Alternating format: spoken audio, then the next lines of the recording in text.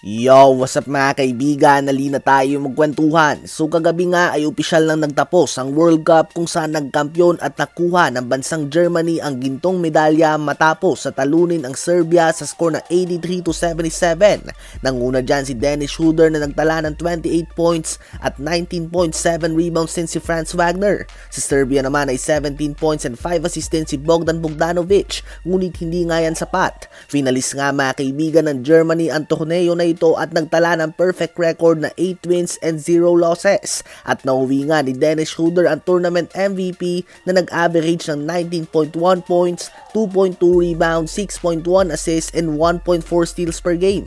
Madami nga siyang memorable performance sa World Cup na ito, including ang 30 points and 8 assists kontra sa malakas sa team ng Australia at 24 points and 10 assists laban kay Luka Doncic at Slovenia. Elite performance nga ang pinakita niya mga kaibigan, at dahil dyan ay madaming fans ng Lakers ang nanghihinayang na pinakawalan at hinayaan lang nila ito na lumipat ng team sa Toronto Raptors.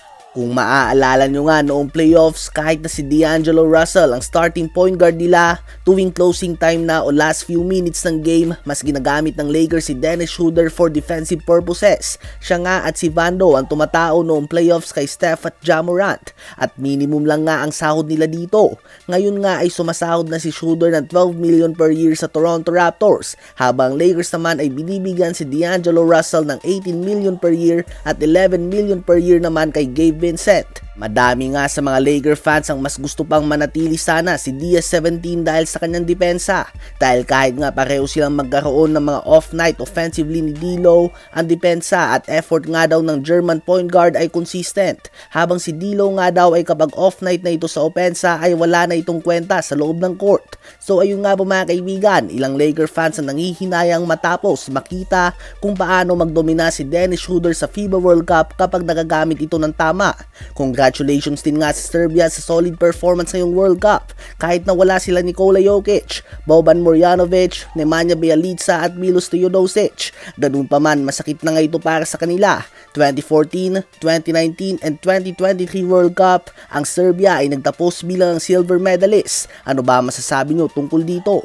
Isama na din natin ang balita na naisahan nga tayo ng Japan mga kaibigan. Kanina nga'y napag-usapan natin na hindi pumayag ang bilig sa pakiusap ng PBA na ipahiram ang mga Filipino players na Asian imports sa kanilang liga na maglaro para sa ating national team sa darating na Asian Games. Ito ay sa dahilan na mag-uumpisa na din nga ang bilig season at gusto din nga nilang manalo. Ang tanong ng madami, kung hindi maglalaro ang bilig players, sino ba maglalaro para sa Japan? Well, may separate team nga sila mga kaibigan, naghahanda na para sa Asian Games bago pa man mag-umpisa ang World Cup. Mga B-League players pa din nga ito, ngunit sakripisyo ito ng kanilang mother teams na napag-usapan na noon pa man.